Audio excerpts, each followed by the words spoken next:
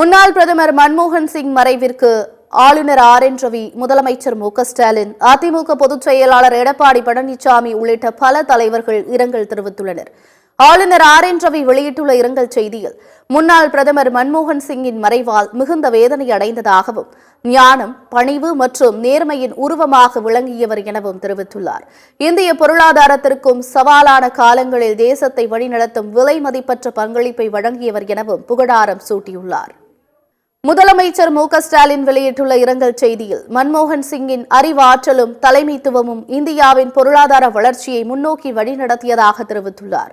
தமிழ்நாட்டின் கனவுகளை மதிப்பவராக மன்மோகன் சிங் இருந்ததாகவும், தென்னக மக்களின் குரல்கள் தேசிய அளவிலான திட்டங்களில், கொள்கைகளில் எதிரொலிப்பதை அவர் உறுதி செய்ததாகவும் குறிப்பிட்டுள்ளார்.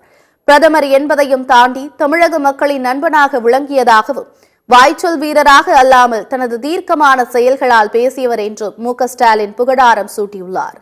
அதிமுக பொதுச் செயலாளர் எடப்பாடி பழனிசாமி வெளியிட்டுள்ள இரங்கல் செய்தியில், மன்மோகன் சிங்கின் பங்களிப்புகள் நாட்டின் வரலாற்றில் சிறப்பு இடத்தை பிடித்துள்ளதாக கூறியுள்ளார். சிறந்த பொருளாதார நிபுணர், திறமையான நிர்வாகி மற்றும் முன்மாதிரியான அரசியல்வாதியின் மறைவு நாட்டிற்கு ஈடு செய்ய முடியாத இழப்பு எனவும் பதிவிட்டுள்ளார். பாஜக மாநில தலைவர் அண்ணாமலை வெளியிட்டுள்ள எக்ஸ் தள பதிவில், பொருளாதாரத்தை நோக்கி நாட்டை வழிநடத்தியதோடு இந்தியாவின் முக்கியமான சீர்திருத்தங்களின் தொடக்கத்திற்கு வழிவகுத்தவர் எனவும், தகவல் அறியும் உரிமை சட்டம் போன்ற முக்கிய சட்டங்கள் மக்கள் நலனுக்கான அவரது அர்ப்பணிப்புக்கு சான்றாக நிற்பதாகவும் புகழாரம் சூட்டியுள்ளார்.